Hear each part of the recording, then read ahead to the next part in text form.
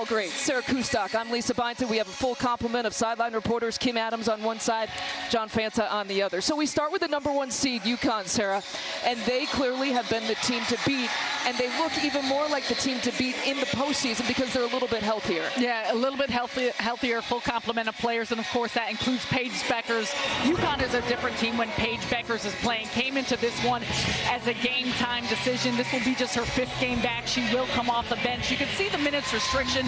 The point differentiation is something that should be less of a focus. More of it is just about how she physically feels. Let's not forget this is her 3rd game in 3 days. But yeah, you better believe this team is stacked, and it starts with Kristen Williams, who has set the tone early for UConn in the tournament coming out of the gate. Look at those numbers, 21 total points in the first quarters in this tournament. It has not just been about putting the ball in the bucket, but doing so with such a high level of efficiency. Kristen Williams has been the engine that has made this team go. Well, this matchup is enticing for several reasons. I mean, but #1, we have the best team in the regular season in UConn now taking on the best player in the regular season, and Maddie Siegrist of Villanova. She's been fantastic so far in the tournament. It's been a joy to watch Maddie Siegrist, and she just continues to improve. She's got a steady demeanor and composure about her, and when it comes to how she can score, it's about picking apart a defense in all different ways. She can run the floor, find early offense, space you out with her sniper range from 3, and also just put it on the deck, back to the basket. The manner in which she's able to score in so many different ways is what makes her such a threat, and you better believe Villanova's going to need her tonight if they walk away with a chip. This is the second meeting of the season between UConn and Villanova, a rematch of the earlier meeting when Nova shocked the Huskies earlier. Now it's a chance at the tournament title. These two teams are ready, and the trophy awaits.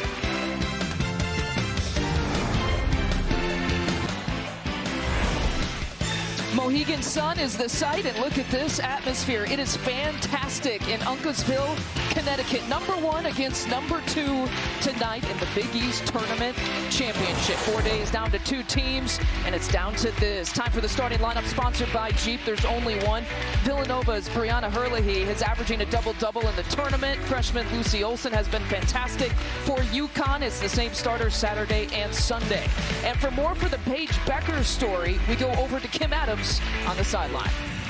Thank you, Lisa. Yes, Paige Bueckers has been back for 4 games now after missing nearly 2.5 months after knee surgery.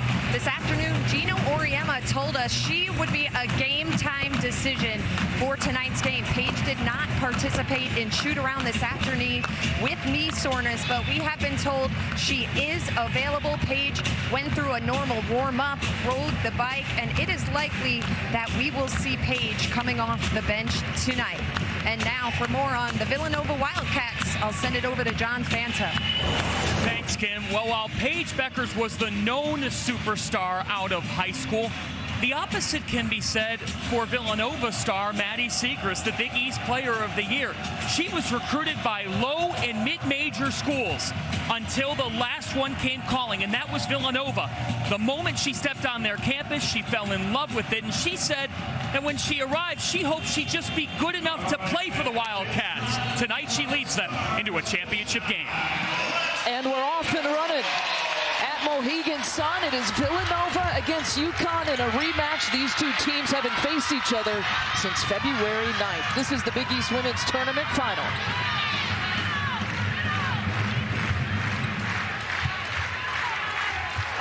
Second year that this tournament has been held at this venue, but the first year that we've had fans in this venue, and boy, does it make a difference. A live atmosphere here tonight.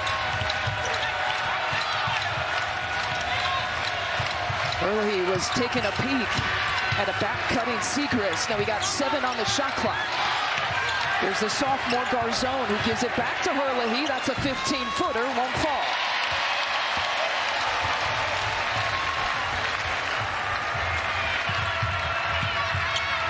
Nika Mule, the Big East Defensive Player of the Year, trying to feed it inside to Nelson Adota. Tough play by Siegrist. And you see how she's able to really work Nelson Adota early on. Couple of turnovers here to start. for UConn. And down on the deck, we got a jump ball already. Denise Dillon, the Big East Coach of the Year in year number 2. She addressed with us in the shoot-around today. Is it a good thing or a bad thing that you got a rematch here with UConn? Remember, Villanova upset them on February 9th. She said it gave us confidence. It also gave us awareness of what we might face this evening. Well, and I don't know if you could fully prepare for the atmosphere, the pressure, everything that's involved in a Big East championship game unless you're Geno Auriemma, who has experienced a lot of times before, including with this group of girls. Geno Auriemma has talked about the hot start. He said, we have to beat Nova to the jump this time around on that February 9th meeting. Nova jumped out to a 12-2 lead, led by as many as 19 at one point. There's a putback for Aaliyah Edwards. Well, when Villanova has a lead early, it changes the style and the tempo of how they can play, and that's what UConn wants to dictate. We know how important the glass is against a UConn team, and already there, the putback by Aaliyah Edwards, that's something that's got to be a major point of emphasis for Villanova to take care of. Villanova out-rebounded UConn in that February 9th meeting by 16. Now 6 to shoot here for the Wildcats. Step through move for Garzone is not there. Siegrist has yet to get a touch here. Easy Fun, #1 nationally ranked recruit, a freshman here for UConn. A block from behind from Hurley, and another, it's a traveling violation, another turnover here for the Huskies. Tough defense by Hurley. And Edwards is working on the inside and did a really nice job in the seal, but look at this. Coming from behind, all of a sudden, she's got tracking, timing, tough position underneath the basket. 3 turnovers already here for UConn in the first few possessions to open this one up. And we're seeing Aaliyah Edwards starting out on Maddie Siegrist. Will be interesting to watch the different players, different coverages they throw at the Big East Player of the Year. Well, UConn was shorthanded in that meeting back on February 9th. There was no Paige Beckers. There was no Olivia Nelson-Adota. There was no Caroline Ducharme in that game as well. So 3 key players who they now have back in this meeting.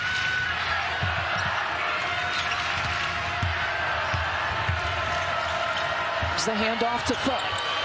That's a long 2, and it's a 4-0 advantage. And great to see that go through early for Azzi Fudd. She is a knockdown shooter. You can see it in the way that she has her form and her set, the quickness of the shot, but she's been struggling a little bit with her efficiency during this tournament. Oh, and we got a 10-second violation.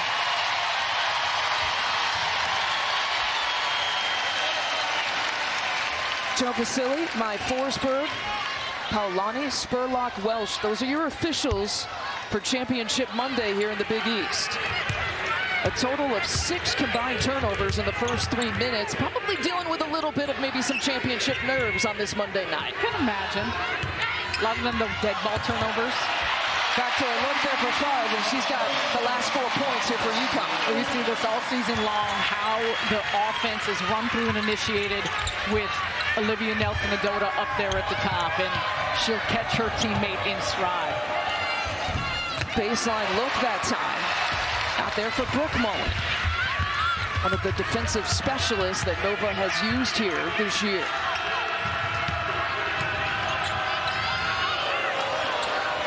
There's a first clean look for Kristen Wood. You think she's fired up in her last Big East tournament game?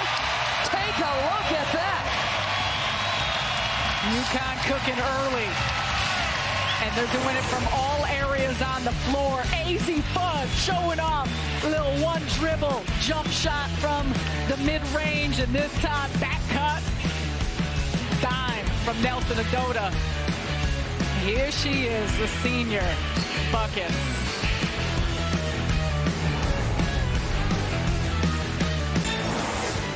It's a 9-0 start here for UConn, and that has been the trend in the first 2 tournament games for the Huskies. Well, and take a look at just how they've started fast. So much of it, too, has been predicated on their defensive stops, and we've seen this early. 6 points off turnovers already for UConn, and it is just the aggressiveness and their ability to be able to get in passing lanes and everyone working on a string. This comes from guarding your individual matchups, and those that are help side and next away have been able to take advantage. The blocking ability, the length, the quickness, and basketball IQ. And that's a big part of it. For as much as you want to talk about the skill set and the schemes of UConn, it too comes from just an understanding of positionally where to be. Gino has asked for a fast start, and so far his team has responded. Herlihy, a much-needed bucket coming out of that timeout here for Villanova. It's the first basket here for the Wildcats tonight. Oh, we got a chance to talk with her after shoot-around. She was excited. She said, 6 years here? This is my first opportunity to play in a Big East championship game. Looks calm here to start. They started out 0 for 4, so certainly they have to make some adjustments. What'd you hear, John Fanta, in the huddle? The press break was what was stressed. Denise Dillon looked at Brianna Herlihy and Maddie Siegrist and said, you have to come up and help our guards out or else they're going to press. And the other theme of it was communication defensively. You just see that easy basket. Denise Dillon said, if we stop communicating, Connecticut is the best at capitalizing. Those offensive sets, though, John, what we just saw, again, Nelson Adota up at the top. What they do is keep everyone else spread around the perimeter and up high. There's no backside help. And because of that, the cutters are able to roam free. And you got to worry about the denial because they could shoot. But those passes come in stride. And before you even see it, and there's another opportunity. And give credit to Nelson Adota. It was a mismatch, too. Edwards read it, UConn read it. Lucy Olson, standing at 5'9", was the post defender there for Villanova. Maddie Siegrist, this is a touch for her, and that's her first shot. Wow, from distance. I felt like we could reach out and touch her. My goodness. That was a deep look and an important shot. And for Villanova, just to make sure that they keep this deficit at bay here early on, continue to chip away, despite how well UConn has been moving and playing on this offensive side. They were looking for the back door. That's what you got to have eyes in the back of your head defensively against UConn. Excellent adjustment on that possession, but here you go again, Nelson Adota. And look at the pinpoint play, and you had pointed that out. Lucy Olson just in a tough position playing there at front. Siegrist, I mean, Aaliyah Edwards' hands are down. There was plenty of room, but you kind of can't blame her given how far Siegrist was out. That was a tough shot. Talk about a logo three-point shot. And she's a player, Maddie Siegrist, who averages high percentages. Not bad for her first touch and first shot here of this game. Olsen fakes the pass, trying to take it inside. The little runner, it's nothing but pure. Now Villanova's got a little bit of something going. Tough move.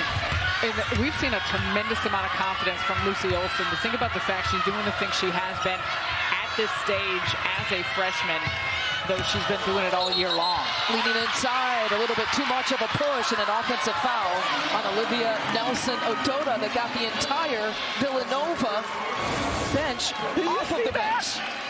I almost want us just to look at the replay of the bench. I mean, nice play getting in front, and everyone is live. The energy is lit here in this building. 5 turnovers now for UConn to begin with just here in this first quarter. UConn team that averages 14 turnovers per game. They've got 5 already. 3.5 to play here in the first. Herlihy in trouble, nicely done by the UConn defense. Out moving, here comes Williams, that crossover. Shot it right into Bella Runyon, who's coming off the bench. Garzone, they leave her open. And Garzone had 19 points in the first meeting against UConn and had 5 3-point makes. Can't put it down that time.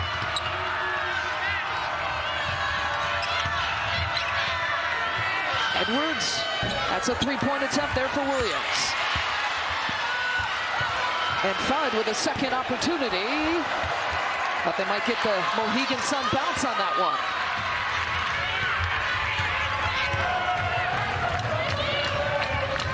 Huskies jumped out to a 9-0 start, but slowly but surely Nova chipping away at this lead.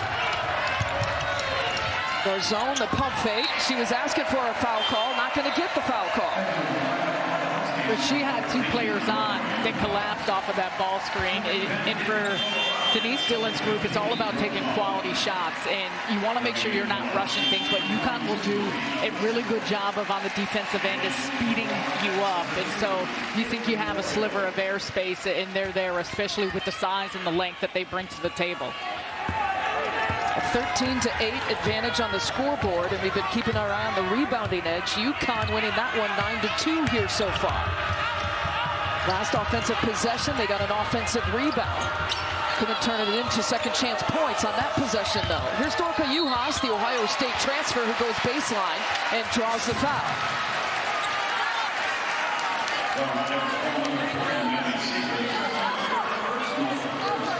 That'll be the first on Maddie Siegrist.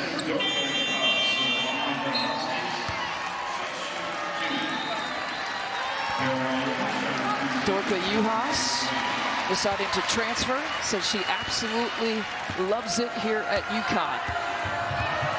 Was an all Big Ten first team honoree, but has yet to play in the postseason. She'll get a chance to do that in the NCAA tournament for the first time in her career. And for as much as we've talked about with UConn, how many players they had been missing, the injuries, so many different starting lineups and pieces, the positive way to look at it if you're the Huskies is a lot of players have had the opportunity to gain a tremendous amount of experience that they may not have had throughout the course of the season. You hope that pays dividends later. Caitlin Oriole, who's into the game here for Nova, a straightaway shot there for Siegrist, and it's an air ball, and you better believe this crowd's going to let her hear that. Yeah, so UConn goes to a zone off that possession. And they'll show different looks. That's something that they do. We talked with Gino Auriemma earlier today after shoot-around. He said you kind of make decisions with Villanova. Do you give up the threes? Do you give up layups?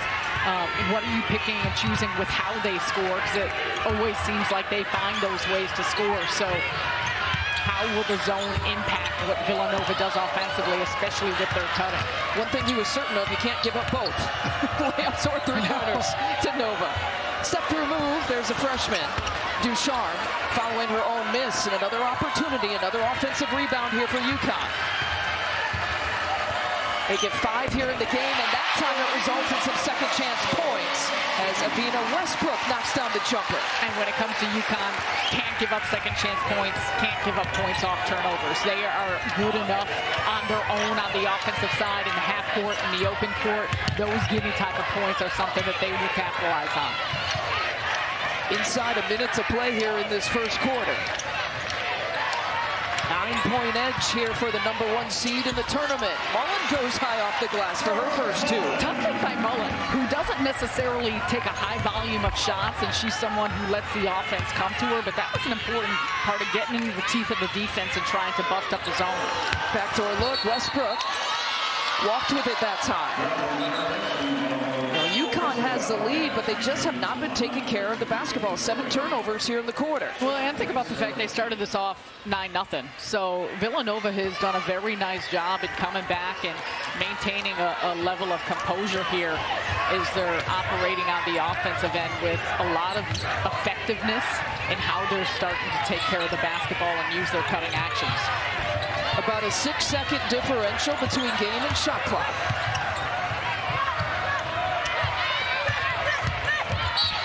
And Edwards coming over, and she gets whistled for the foul. Trying to help there on the double team. She picks up her first.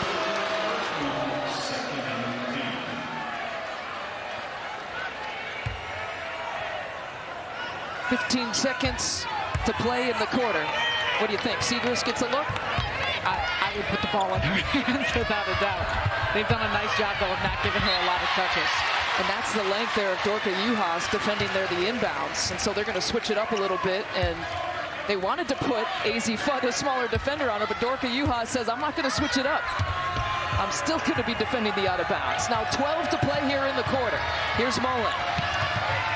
And they're going to give the touch to Siegrist. She just needs a sliver of space, and she's off the left side. This crowd's going to be tough to her tonight. Well, it doesn't go, but that was a really nice play and a good setup for that look. Westbrook pulls up, trying to beat the buzzer, launches it, not there. She got a good look at it, though. This is a rematch. It's been so far an entertaining one here in the first quarter. You've got UConn looking to go back-to-back in Big East tournament titles. You've got Villanova. These players haven't been in the championship game before. We've got number 1 versus number 2 in the Big East, and quarter number 2 to come.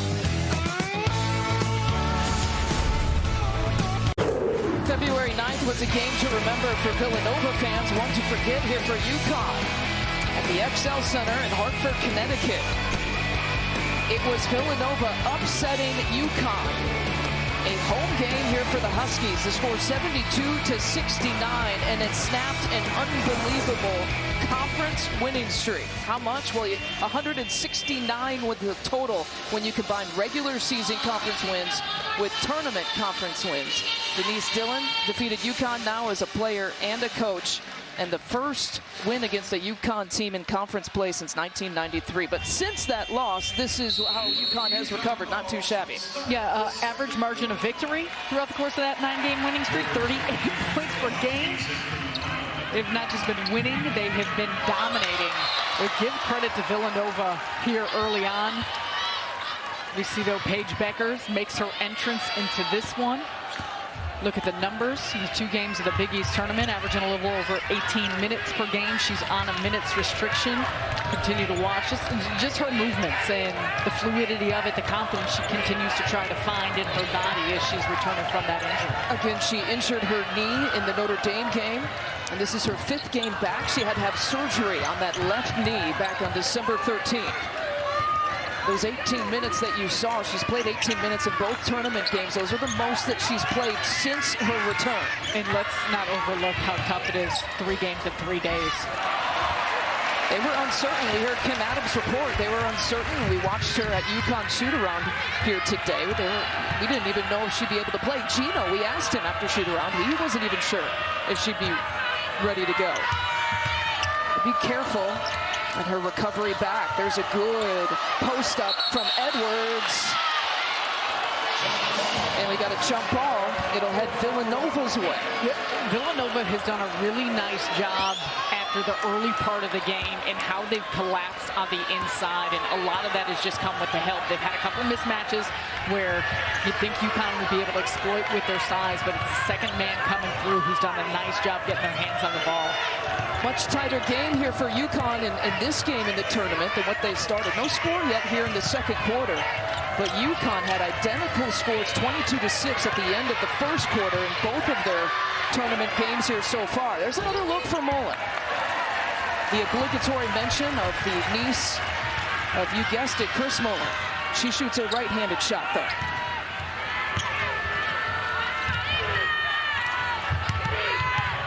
And a miscommunication that time between Edwards and Ducharme. 9th turnover here for UConn. Drive that man nuts. Let's check in with John Fanta. Well, Brooke Mullen has her uncle's shooting stroke, but she also has another part of her repertoire, Lisa and Sarah, the ability to coach and defend. And what she was able to do in the huddle for Villanova, she commanded it. She looked at her 4 teammates and she said, we have to talk every time down defensively. If we defend, the buckets will come. Well, one of the upperclassmen here on this roster, we mentioned that she's been leaned on a little bit as their defensive specialist, if you will, sometimes here this year. And right now trying to D up Paige Bueckers, who's working on initiating this offense here for UConn.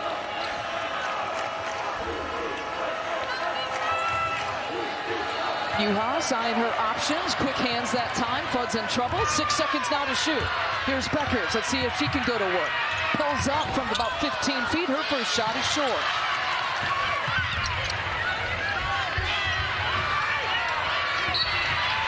And a kick ball. They'll take it up from the sideline. And for Paige Bueckers, you can't overstate just how much you think about the physical part of coming back from an injury, but the mental, the emotional part of it, how much she has just put effort and work into getting herself back here on the floor and the ups and downs of it. And for a player of her elite caliber, the things you're used to doing, the moves you're used to making, and not necessarily being able to be at that point is all a part of the process in the return, and it is not an easy thing. Herlihy dropping it off there to the freshman. It rims out that time for Lucy Olson. I love what Gino has talked about with Paige Bueckers, just attitude. Hey, I know you're going to be frustrated, but bring that positive attitude day in and day out. There's a look to Ducharme for her first points. And Juhas putting the ball on the deck, making something happen, rotating the defense to be able to create that play.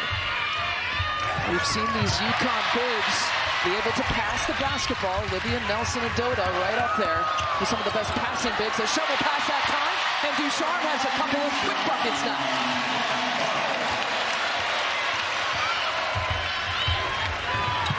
11-point advantage, largest lead of the game. Villanova 0 for 5 so far this quarter. There's a second opportunity, make it 0 for 6. And they've got a couple good looks. Some just are not going down. Not a lot of touches for Maddie Siegrist. UConn's done a good job in trying to eliminate some of her clean looks. Bueckers looking inside. There's Ducharme, who has the last 4 points here for UConn. Single digits again on the shot clock. Thud lost her footing. And it's Villanova basketball. They've got some numbers, a 2-on-1 look. Herlihy fakes the pass. There to Siegrist and takes it all the way in herself. Talk about a nice finish. And you see the point by Herlihy into Siegrist, trying to figure out if she should get it off or take it herself, and does a good job in how she was able to close out that play in the 2-on-1 situation. Dorka Juhas finds a cutting Azzi Fudd. Juhas had 3 three-point makes in the semifinal, but they go again to Ducharme. How many layups has she gotten here in the second quarter? And then off that play, she just back cuts Garzon. All 6 of her points in and around the basket. Herlihy lost it. She wants that possession back. We're going to take a timeout. 5 minutes even left in the second quarter. And beautiful play there by Juhas, engaging the defense, finding Ducharme underneath the basket on the opposite block. And now it's just Ducharme going to work. She's been able to take advantage from some of these drop passes from her teammates once again this time, and UConn up 11.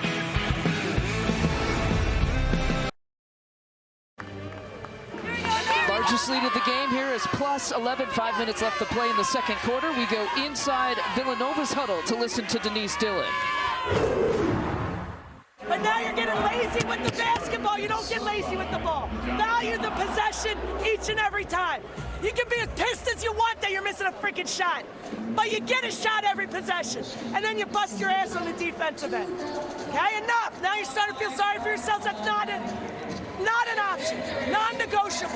You continue to play.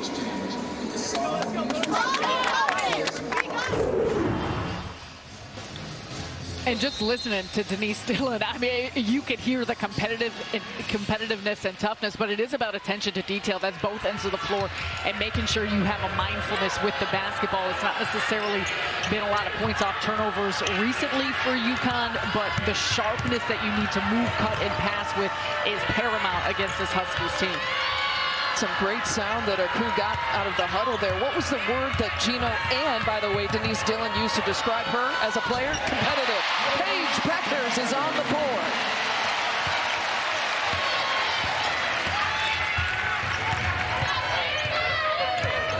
On her second shot, her first bucket. An 8-2 run right now for UConn in this quarter. Herlihy takes it deep inside the lane. We play on, and it's another jump ball. It'll go UConn's way.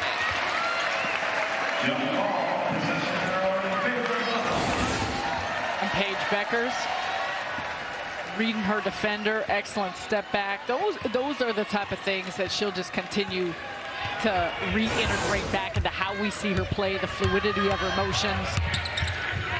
And more than anything, it's great to see her on the floor, but for her, she just, I imagine, wants to start feeling back to 100% or more, where she is comfortable and feeling confident with how she can move.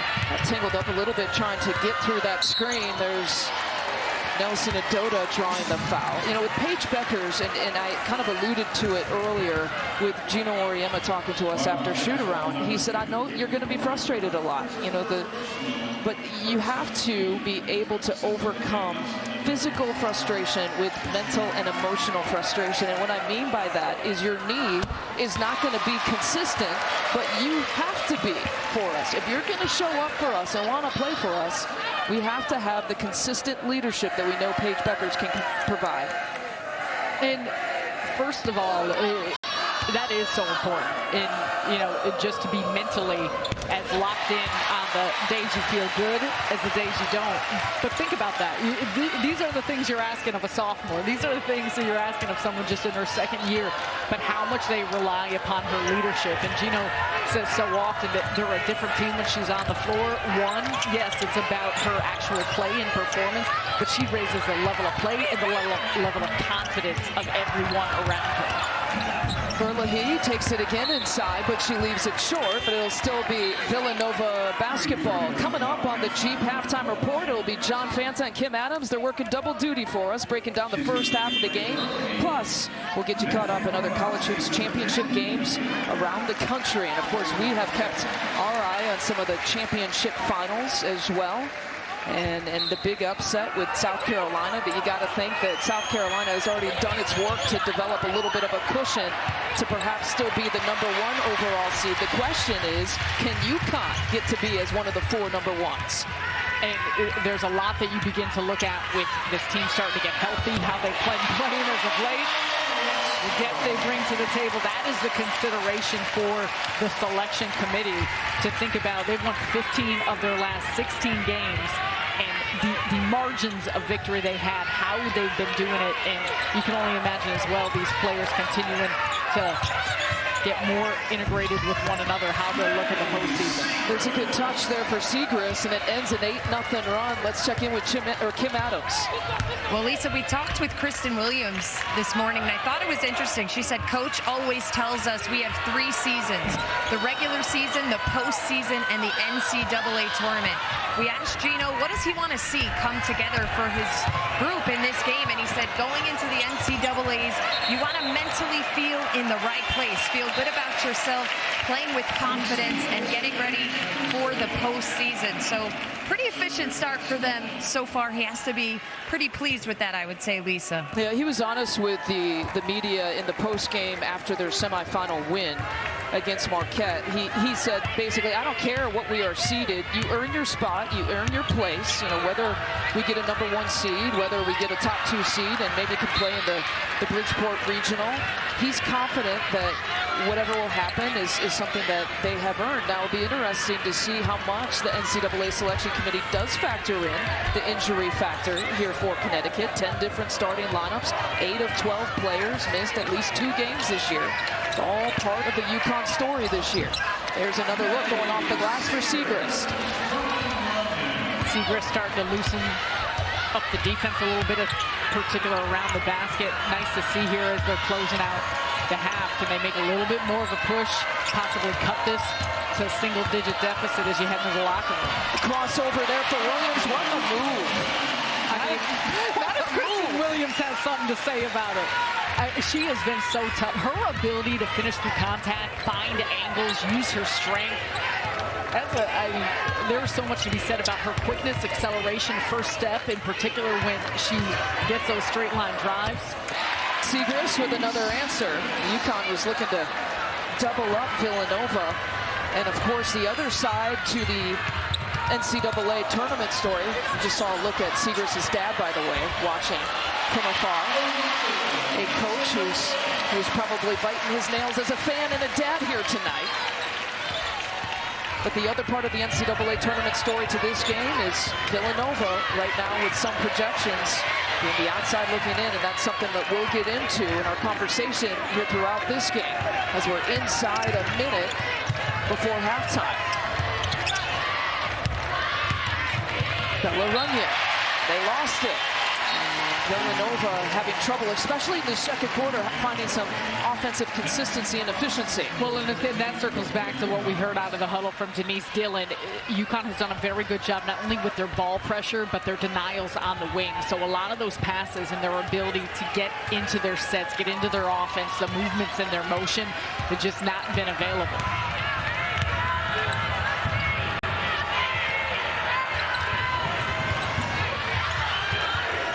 Williams with the freshman defending her. Williams crosses her over. On the battle for her own miss, Herlihy has taken a couple of tumbles here in this first half, and a foul is called. It'll be against Kristen Williams. An example again, though, Olsen does a good job shadowing her under the baseline, and the help coming over from Herlihy. Ooh, she landed hard on that elbow. She's landed hard a couple of times in this first half. Shot clock not in play here on this possession for Nova. Fewest points in a first half for the Wildcats is 20. That season opener against Princeton, they're sitting at 18 here right now. Their zone looking to take Westbrook off the bounce, and it's a turnover, and the Big East Defensive Player of the Year just ran out of time. Mika Mule said, give me another second or two.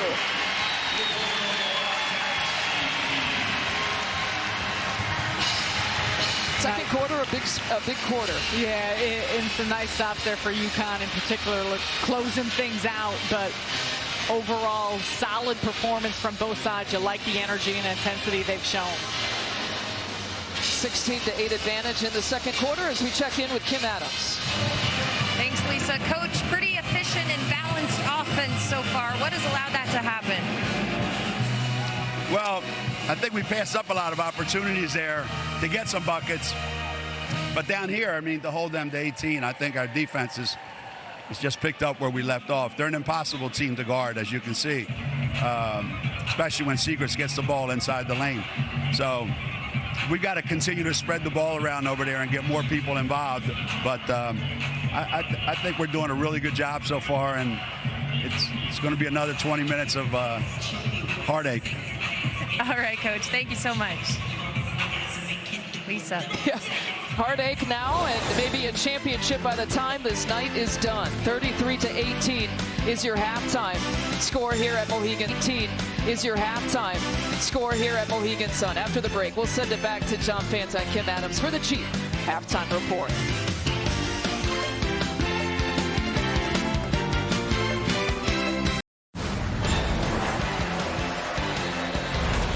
First half stats are sponsored by Chief. There's only one. We were keeping an eye on that rebounding factor, and UConn dominating the rebounds 20-9 here in the first half, getting production. Points in the paint have been huge, and off the bench as well. And with this 33-18 score, it's that second quarter, as we mentioned before we toss it to halftime. It's the second quarter that really has kind of stretched this lead out here for the UConn Huskies. And they found so many opportunities in the paint, and whether that's through their cuts and finding some of those nice passing lanes, points off turnovers, second chance opportunities, that has been where they've made a lot of damage against Villanova, and Villanova struggling from the three-point line. Got to find a way to get it going. Backdoor look, that'll help. How about an easy bucket on the first possession, and Siegrist gets it. One thing we did see towards the end of that second quarter is Siegrist starting to pick things up, see some shots go through, more touches for her. That is something that Villanova desperately needs. That second quarter has been a problem, and then Mullen's going to get whistled for the foul. We check in with John Fanta, who had a conversation with Denise Dillon. Well, Denise Dillon was happy with her team defensively. They were able to force 11 UConn turnovers, but her message to her team is, look, in a big game like this against a marquee opponent, you have to start making shots. So they try to make some adjustments to make the offense come more naturally, as seen there on that first look for Siegrist. Thank you, John. If you're a Villanova fan, don't look at the shooting numbers here in the first half. They're not pretty for the Wildcats. And I was mentioning second quarter on Sunday against Seton Hall, and tonight has been a problem. 7 points Sunday against Seton Hall in that quarter, 8 points here tonight against UConn.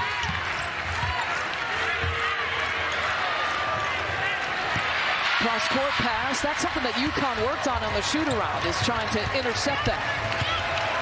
And there was just too much air time for that pass. Plenty of seconds to tick off for Edwards takes the bump.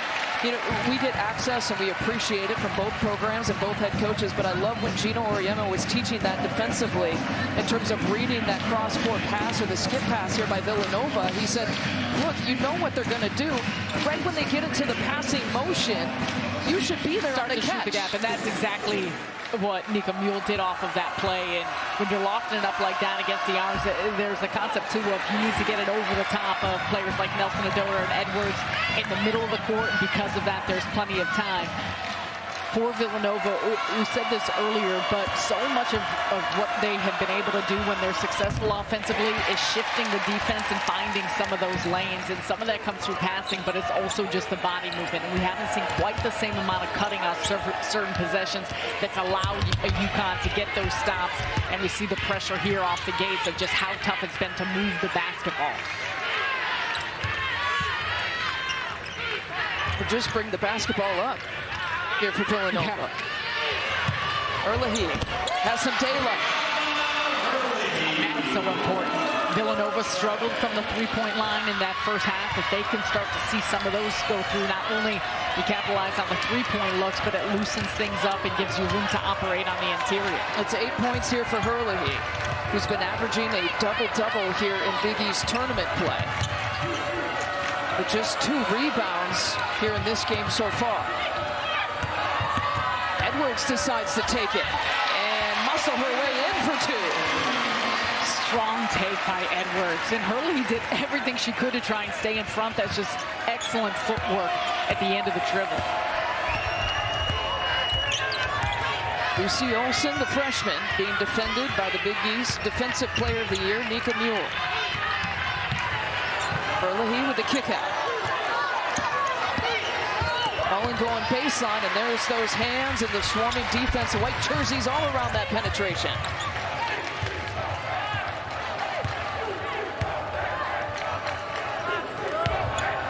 Williams with 7 in the first half. There's Mühl with the look. Aaliyah Edwards showing off her skill set. Looked at the catch, and right there stepped through. Hurley trying to cut off the avenue to the basket. Instead, Edwards just does a great job using her strength. And she's light on her feet. She's got finesse. For as much as we see how she attacks and pursues the glass and able to score around the basket, she also has a really great agility to her game that allows her to cover space. Including tonight, she started the last 11 games. You go back to January 30th against Providence. Gino has said you feel like she's practicing better, playing better, and just shows a lot more confidence, as you can see on that play. That's a big part of it, and we were talking about this a little first half, the confidence needed in the postseason and just how the pressure. I know Kim Adams talked about the 3 seasons that Kristen Williams tells the team about, and in the postseason that 1 and out adds pressure in that element, and there's some new players that are going to experience it for the first time here for Gino's crew, and so a lot of it comes down from some of these older players, the veteran players that had been through it before. And they give a warning there to Aaliyah Edwards and crossing that plane there on the sideline defensively. It'll be UConn basketball. So whether it's Edwards, we've seen Nelson Ododa, Juhas, when you have the size on the ball, you cannot underestimate how challenging it is just to get those inbound passes. And I think that's something you often take for granted, especially the sets from the sideline. That's 6'3", 6'5", and 6'5". You can take your pick from, and that's 6'3", passing to 6'5". Saw in the first half a lot of the opposite, where it was Nelson Ododa from the top of the key initiating offense and finding her teammates. This time it's Edwards, and there was a comfort level from all of the bigs on UConn to be able to initiate. And Nova now 4 turnovers in this quarter.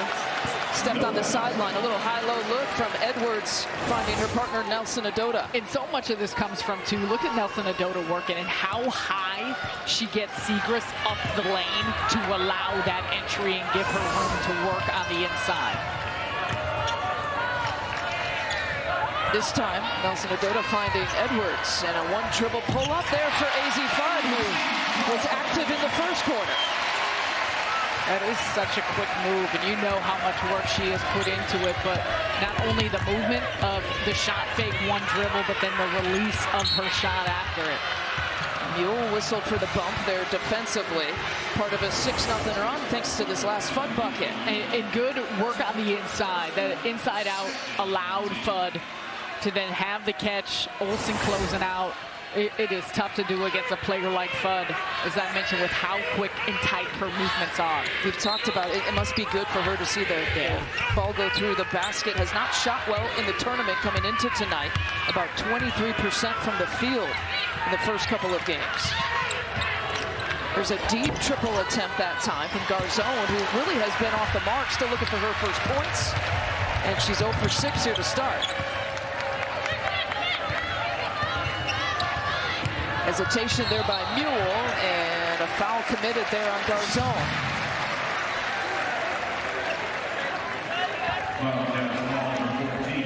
And that's another aspect for Villanova. Three-point shots haven't been going down. They haven't gotten to the free throw line. Not generating much offense off their defense, and just having a challenge and really being able to free flow into their sets. Nova hasn't taken the free throw. UConn hasn't had a whole bunch of opportunities. This will be, what, free throws 7 and 8 coming up as a team.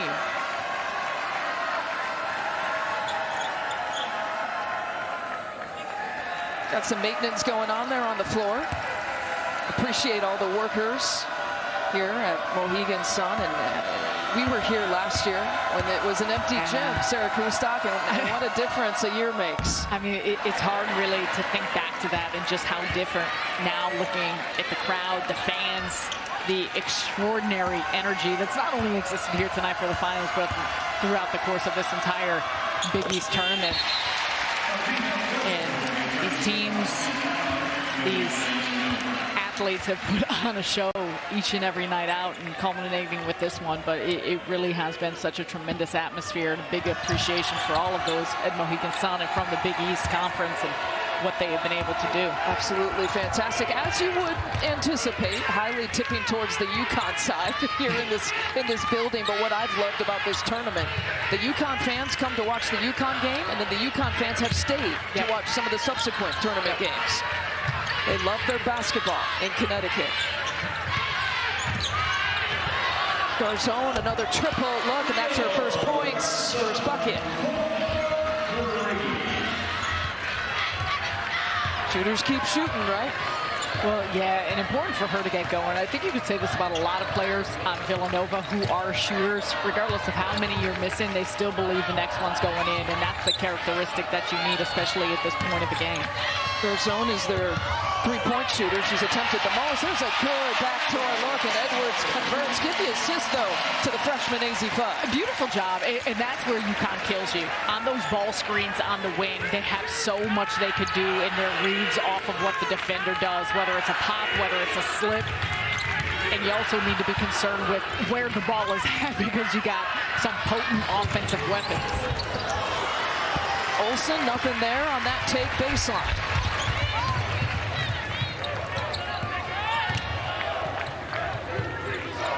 Westbrook, jab step, not there.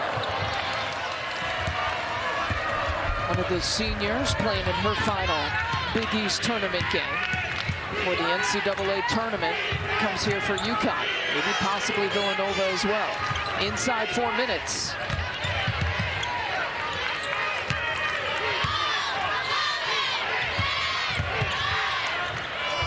Garzon, too strong. Chased down that time by Westbrook. Player who has accepted a new role here for UConn, not as a starter, but now coming off the bench for Gino Auriemma. There's that other high-low lick. That time it's Dorka Juhas converting. Edwards with the assist. These pigs love to find each other. And pick your poison, because they put shooters in the corners that you got to stay attached to, and because of it, they allow for the interior passing to just pick you apart. First Azzi to Edwards. Beautiful slip off the screen, finding her big on the inside, and this time it's Juhas. UConn rolling here in the third quarter. and the Fox Sports app. You look at the score by the quarter. It was a tough second quarter, as we have addressed, and Villanova slowly but surely kind of creeping behind as UConn continues to do, right?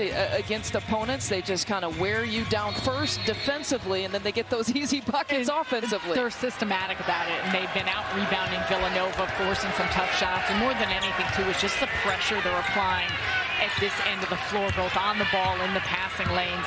It's been tough for Villanova to get a lot of clean looks. By the way, that men's Big East tournament coming up, both of these teams, Villanova with the 2 seed, UConn with the 3 seed, will play Thursday night in those evening games coming up. See the bench points differential, 4 different players have scored for UConn to tally that 16-0 advantage. I think that continues to just show and showcase the depth of this UConn team now that they're getting healthy. There's Azzi Fudd. She's a starter, but she took the pass from now the reserve player, Avina Westbrook. And that's one of the issues, if not, just a page of issues that you have to deal with in taking on UConn. Not only do you have to deal with their 5 starters, but a lot of their bench players have starting experience and arguably could be starters. Yeah, they certainly could. And I think, too, just the confidence that they all play with, the understanding of their roles, and there's a cohesion that we continue to see out of UConn from everyone. But Azzi Fudd in particular has gotten it going here in this one, showcasing off all the skills. When they play YMCA in the arena, you gotta participate, and Azzi Fudd's parents doing exactly that. Mom and Dad in the house, and certainly happy with her performance here tonight as we check in with Kim Adams. Thanks, Lisa. Well, we're seeing Azzi Fudd's near picture-perfect shooting form on display here tonight. And I asked her, who did she study growing up, shooting-wise? She kept it in the family. She said her mom, Katie played at NC State and Georgetown, but she also showed love to Dad, Tim. Tim played at American University. She said he would get in the gym with her before school, after school. Azzi would even sneak in at lunchtime, getting hundreds and hundreds of reps per day. But anyone who's looking to become a better jump shooter should be studying the form of this young lady right here, Lisa. Yeah, she realized that she's got kind of a similar form to Mom. Case in point, look at this form. Mom would be impressed. Yeah, I mean, it's a thing of beauty. Elbow in, perfect rotation. And the thing about Azzi Fudd, despite the fact we talked a little bit about some of her struggle shooting here through the tournament, but it does not change. It's the consistency of the look of the shot, and it's just a given time that it's going to start going through. But she has done a tremendous job this year with her accuracy from the field. All in for 3, it's not there. There's several things I love about Kim's story, but one of the things is that as we celebrate 50 years of Title IX, not only now do we tell the stories of players about their dads being players, but their moms being players consistently. Yes. And Title IX, a very big reason for that. Another opportunity here for UConn, single digits again here on the shot clock. Edwards decides to take it herself. That was a good decision. There's been such balance in how UConn is scoring, but it's those hustle plays, the save from Fudd, keeping balls alive, 50-50 opportunities. Those are the type of things that UConn, especially through the course of this third quarter, has taken advantage of. Well, Maddie Siegrist has only taken 1 shot here for Villanova. She was flashing across the lane. They didn't give it to her. Now with 1 minute to play here in the quarter. Siegrist, the player of the year in the Big East with 11 points, 50% shooting here so far. It'll be Herlihy, didn't beat the buzzer. It's a shot clock violation. Oh, we're gonna play on. Heard the buzzer go, but they let them play on.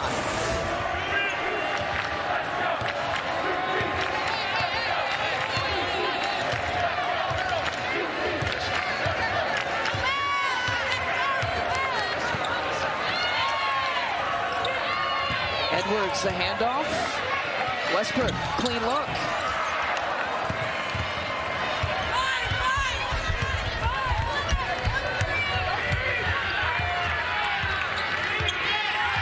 Caitlin Oriole bringing it up. Undefended, final few seconds here of the quarter. What can Villanova do with it?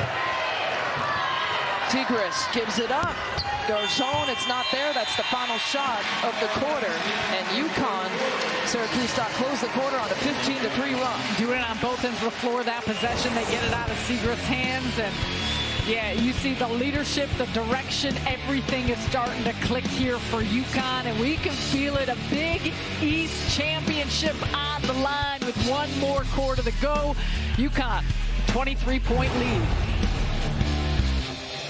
The one bucket in the first half, and again dealing with surgery on her left knee, and since her return from injury, the minutes I think is what you want to look at, and how they're kind of trying to manage that. Gino has said he doesn't want to surpass 20 minutes here so far. Yeah, and I think tonight maybe a little bit different, just considering the fact that it's not just about the games played, but it's the third game in 3 days, and so how that continued response and wear on Paige is something that you keep in mind. Big picture-wise, is you realize after this, you got about 10 days before the NCAA tournament start. You want her to feel at her freshest and at her best. 10 days where Gino Auriemma has talked to us about trying to figure out this rotation now that his team is getting healthier, and Beckers gets fouled that time by Siegrist. That'll be her second.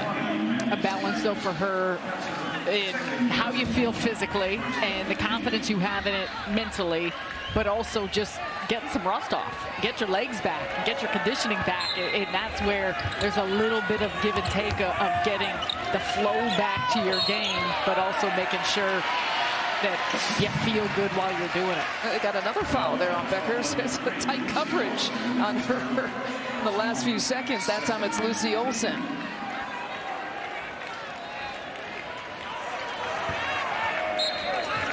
Paige Beckers, last year National Player of the Year.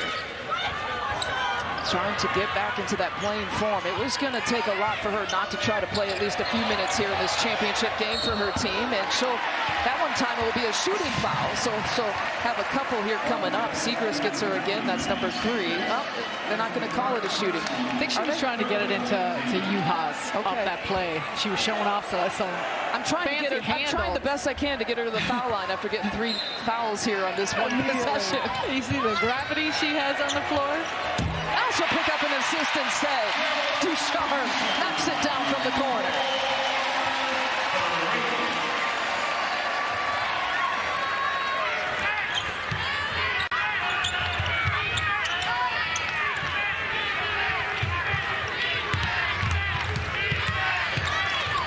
Villanova just the 26 points, and there's the 13th point for the Player of the Year this year, Maddie Siegrist.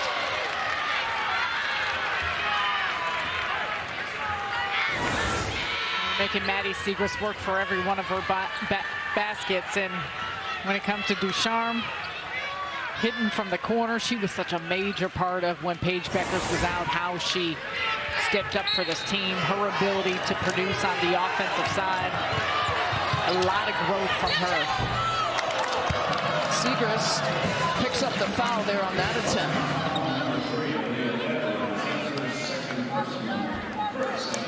Edwards picks it up. How dominating has this UConn defense been here in this tournament? I mean, 5 quarters, they have held opponents to fewer than 10 points. That's just incredible. And to think about the fact that Villanova is a team that averages close to 67 points per game. And you got 9 minutes left, and they're at 28 points. 29. Those were the first free throws, I should say, by Nova as a team. Let alone Siegrist, who's at 14 points here in this game. About half of the Villanova total. Beckers gets a look. This building wanted that one to drop. The popularity of Paige Beckers is off the charts. And just watching this tournament, Saturday alone, UConn was done playing, and she had a line of fans going up the stands trying to get a picture or an autograph or just a wave and a hello if they could get one. On the transition, Olsen gets a look, and that's a 3-pointer that falls down. Starting with the defensive side, a good push by Maddie Siegrist. She was well aware as well of where Beckers was coming from behind, the trailer, her ability to suck in the defense and find an opening. Juhas battling for it on the offensive boards, and the foul is called. For as much, though, as we're talking about what UConn has done defensively against Villanova, Villanova has not been able to make a lot of shots. They've been struggling offensively, but give them credit for their defense against UConn, a team that averages over 75 points per game and has a lot of potent weapons on this end of the floor. To only be at 52 right now says something about what the Wildcats have done defensively. An offensive foul call that time on Edwards. That'll be her third. You saw Paige Bueckers getting subbed out. Got a good, minutes worth of time at the beginning here of this fourth quarter. And you imagine if the score stays, if the lead stays at around this place, I'm not sure she will re-enter the game.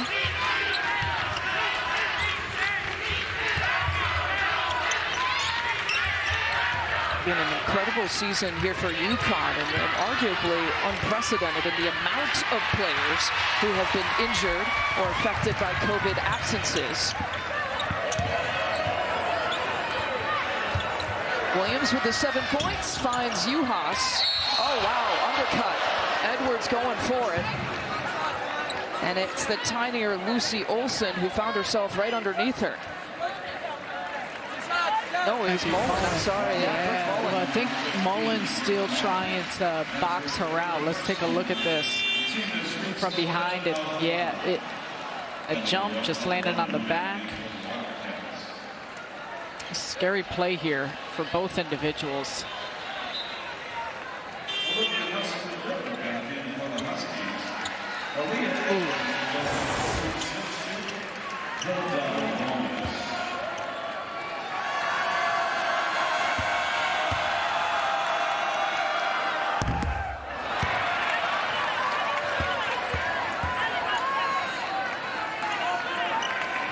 Still working on Mullen there on the bench.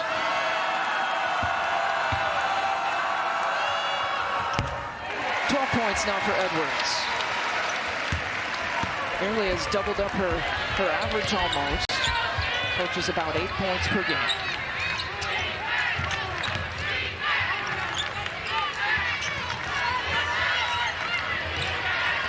Siegrist over to Herlihy.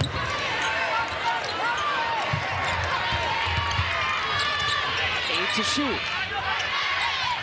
6 to shoot. 4 to shoot. Siegrist turns and fires. Gets her own miss, and the putback is good.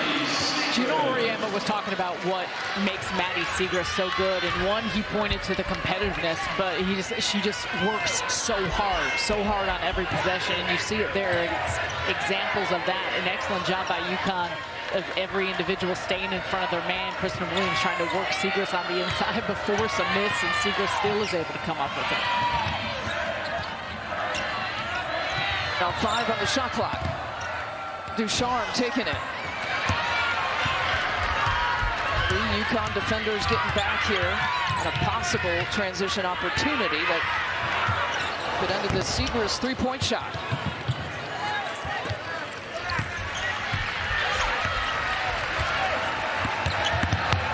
Westbrook taking it all the way. Someone forgot about her. Garzone let her go a little bit, and Siegrist is still worried about Edwards for that drop pass and just left an open lane to the basket. And Edwards this time defensively, stepping into the passing lane. Siegrist chasing back with the UConn basketball, and Siegrist coming over to try to help up Edwards. Nice track back by Siegrist. Great shooting the gap by Aaliyah Edwards and getting the steal to begin with as she works to get ahead. But watch Siegrist coming from behind to track it down. All ball on the play.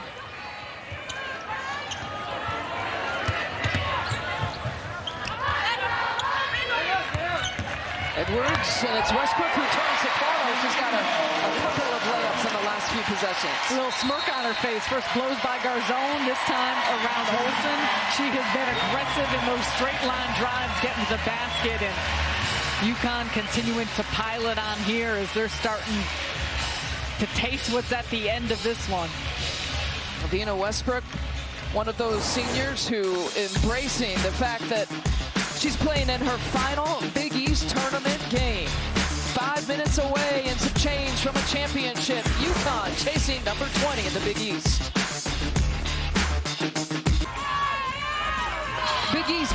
basketball is sponsored by Jeep. There's only one. It's the Big East Tournament Championship between the #1 seed and the #2 seed, UConn and Villanova. Sarah Kusta, Lisa Bynes, and John Fanta, Kim Adams with you. And this is the story here for Villanova. Is this a good enough resume? Punch its ticket into the NCAA tournament this year. Well, and also consider that fact in the middle there. You won 20 of the last 22 games. You've got wins over UConn, Creighton, Oregon State.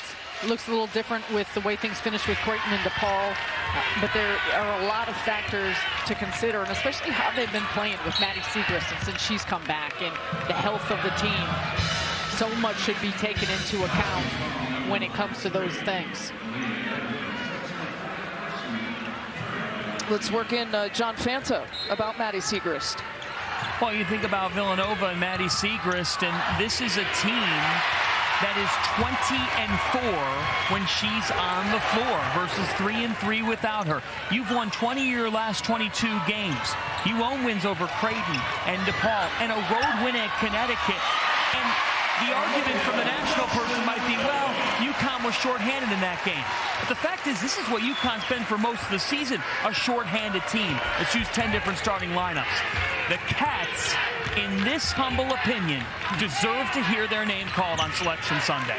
Agreed, and even when you look at some of those losses, a lot of it you could attribute to some of the compression of the schedule, how it lined up, what the team was coming off of. So it's going to be interesting to see how the selection committee looks at it. But Fanta, your humble opinion, and I think all of ours, we agree. Get into the championship game, and it's the #2 seed here this year. Denise Dillon had said last year when Villanova was in the WNIT, that's not going to be our ceiling. We got to reset, and we got to set our goals and really kind of prepare like UConn day in and day out. There's the take. Looking one foul by Kristen Williams. She'll take it. Well, interesting too, even Kristen Williams, and we asked her about that loss to Villanova and what it meant, how she felt with it. And she said, I'm not gonna lie, it hurt. I have never lost a conference game, which again puts in perspective the dominance of UConn. But it talked about how they took it to heart, watched the film, and they've obviously come out with an excellent game plan and a high amount of execution here in this one. Bella Runyon makes down the three-point shot. By the way, Dad, John Runyon, a football player in attendance here tonight. Let's check in with Kim Adams. Well, you guys talking Kristen Williams, we had a great moment at shoot-around today. UConn was just running through some offense. Gino had been pretty laid back, and then all of a sudden he got loud and started asking Kristen Williams how many times in a row was she going to make the same cut. So sure enough, next time through, Kristen Williams makes a different cut, comes to the other side of the floor and bangs a three. And that's when you just realize this guy knows what he's talking about. We asked her about the relationship with Gino. She said freshman year I was stubborn. He said I was uncoachable. I didn't agree with it. But now she knows this is why I play for this guy. All right, thank you, Kim. Wow, UConn is rolling.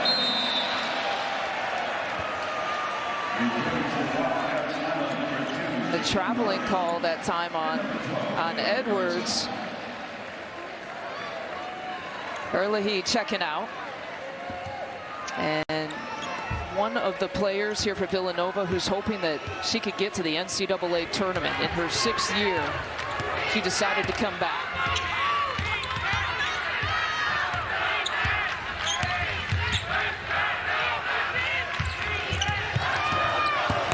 Nice applause when she exited the game. Herlihy, really, we've talked about she averaged a double-double in her final Big East tournament.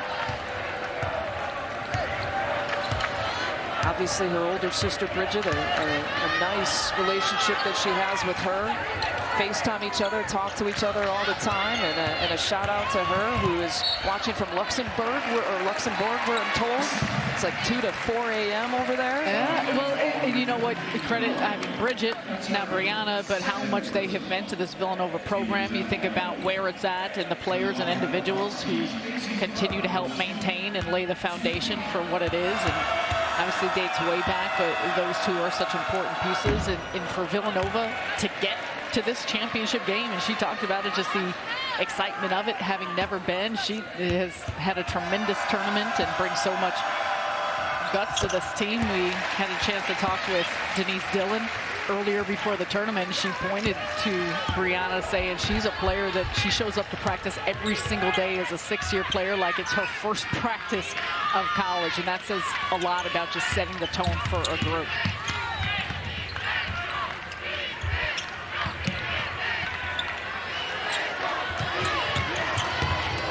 Siegrist going at Edwards to Garzon. Another rebound for Edwards, make it 6 in the game to go with her 12 points. Inside 2 minutes left to play. Ducharme will check in. Edwards checks out to a nice hand.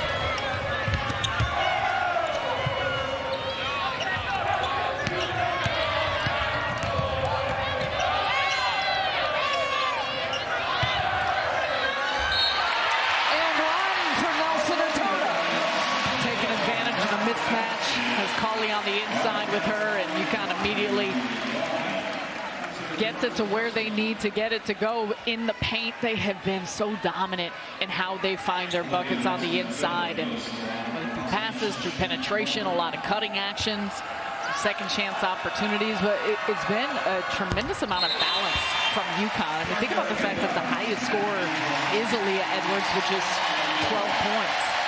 There's another senior exiting.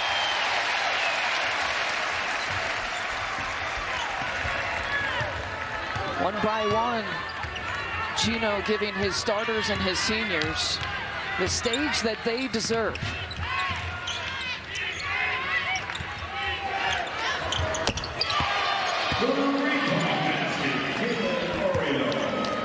Oriole with her first points.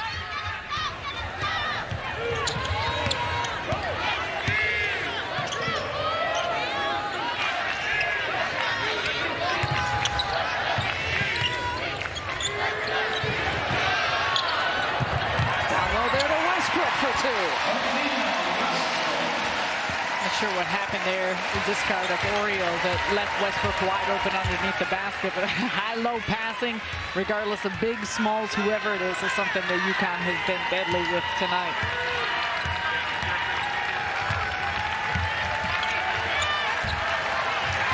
Another takeaway, another turnover. 30-point advantage in the final few seconds of the Big East Championship, and the crowd to its feet.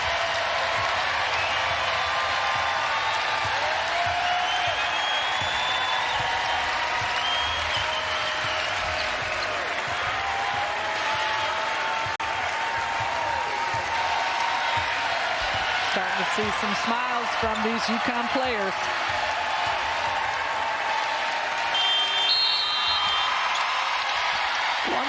Before the celebration begins.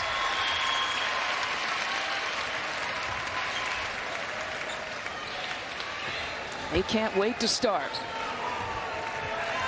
In a season of challenges, UConn keeps its championship form. Connecticut with its 20th Big East Tournament championship.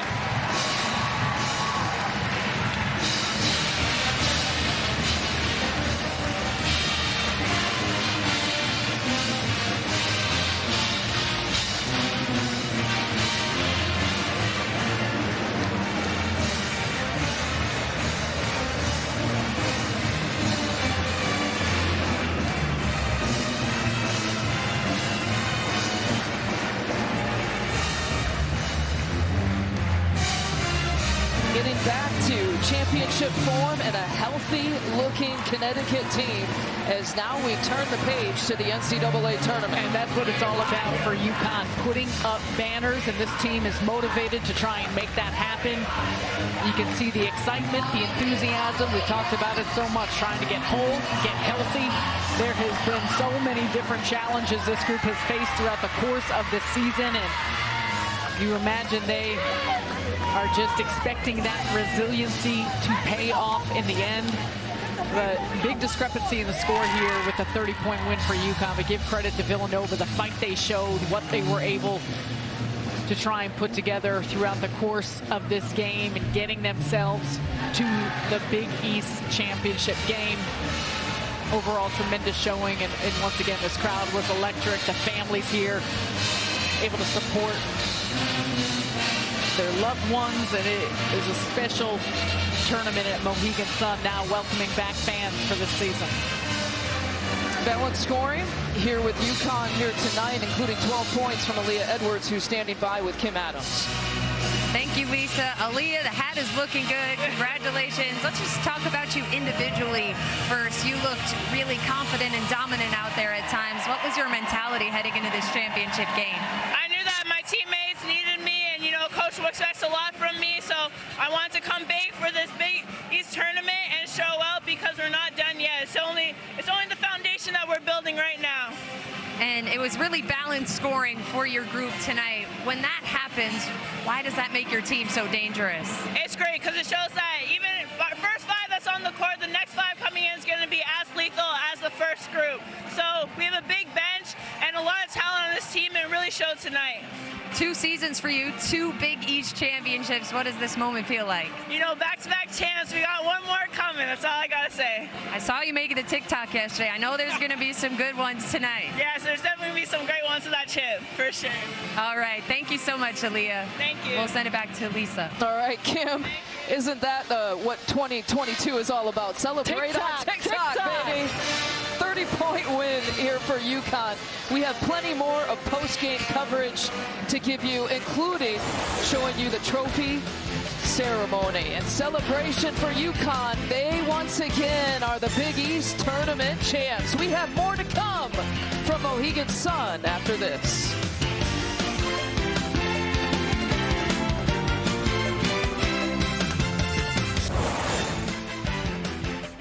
For the 20th time, the UConn Huskies are Big East women's basketball tournament champions. The Huskies rolling past Villanova 70-40 behind a balanced scoring performance and a dominant defensive output. UConn winning the Big East championship. Let's send it over to the stage. Center court, it's Lisa Byington. Mohegan Sun, it is so good to have fans back in the building for a championship. You guys have been wonderful all weekend. Welcome to the trophy ceremony for the Big East tournament. And I bring in Val Ackerman, the commissioner of the Big East, to present the 2022 Big East tournament trophy. Thank you so much, Lisa.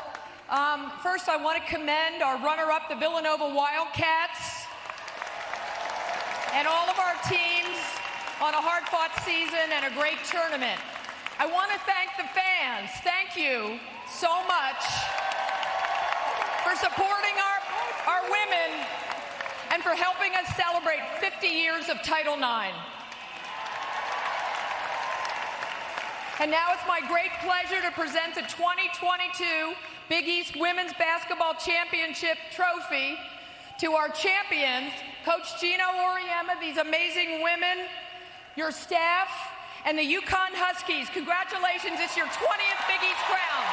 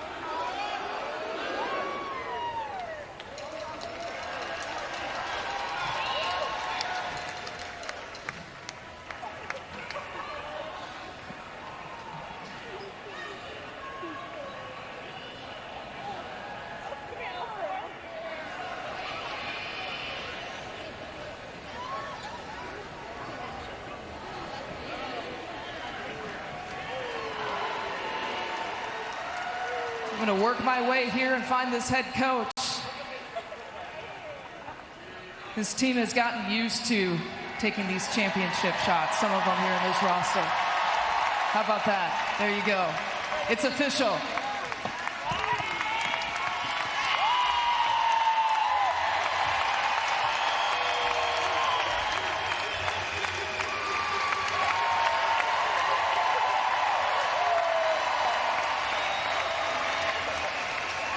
Well, Gino, you have said at times that the challenges here for this team a little bit unprecedented with the injuries, some of the COVID absences. There maybe was a question, could they get to the podium once again? How did you guys navigate through some of the ups and downs of this season? Well, a couple of the MVPs on our team were, Janelle, our athletic trainer, and our medical staff, trying to keep everybody together, in one piece.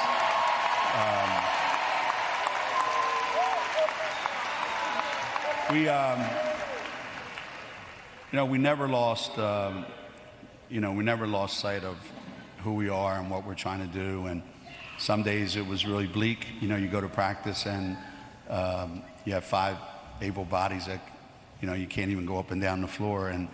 But we never lost sight of, hey, as long as 5 players show up, we have a chance. And when these guys come back, we start to get whole again. And little by little, we just kept getting better, and that's the thing that I respect the most about this particular group, is that we just kept getting better. We kept getting better, and we kept getting better, and they became very unselfish. Not that they weren't before, but they became very unselfish about playing time, about who was starting, who wasn't, who was getting all these minutes, who wasn't.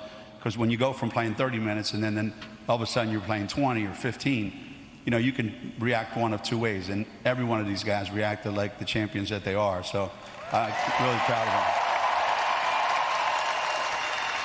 them. You mentioned the adjustments to different roles, and some of those were actually seniors, right, that had to adjust to different roles and playing in their last Big East Tournament championship. What can you say about that class as we turn the page now to the NCAA tournament?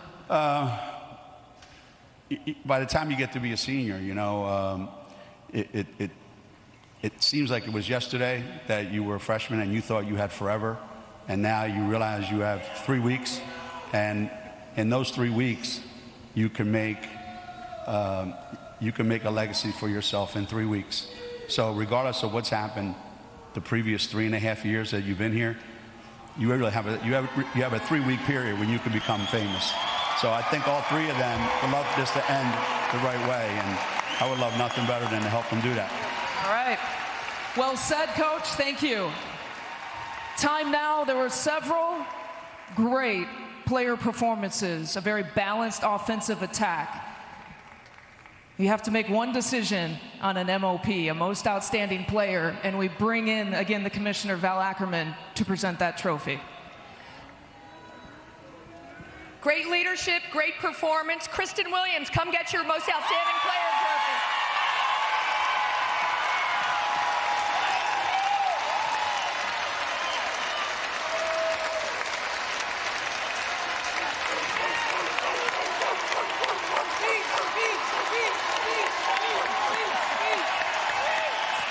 You're obviously very well liked. They're calling for a speech, so that means you got to do an interview. You got no choice. You talked to us earlier today after shoot-around. You were trying to put in perspective your career, this being your last conference championship, projecting to the NCAA tournament. You got this team many, many times in this tournament off to the right start. What was your mentality in your final conference tournament? Just to be aggressive on the offensive end and the defensive end. And you know what? This one is my favorite one, this championship, because of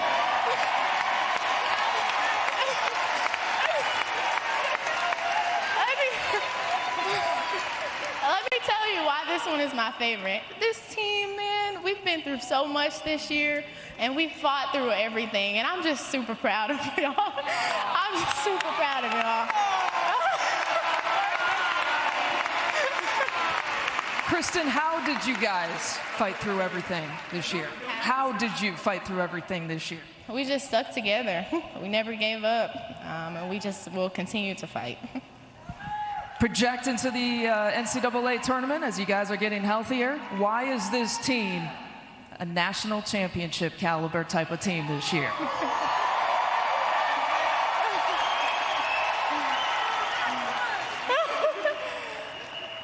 I guess y'all will have to find out.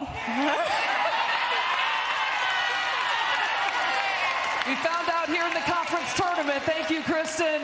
Thank you to UConn. Again, thank you to the fans. 2022 Big East Tournament champs, the UConn Huskies.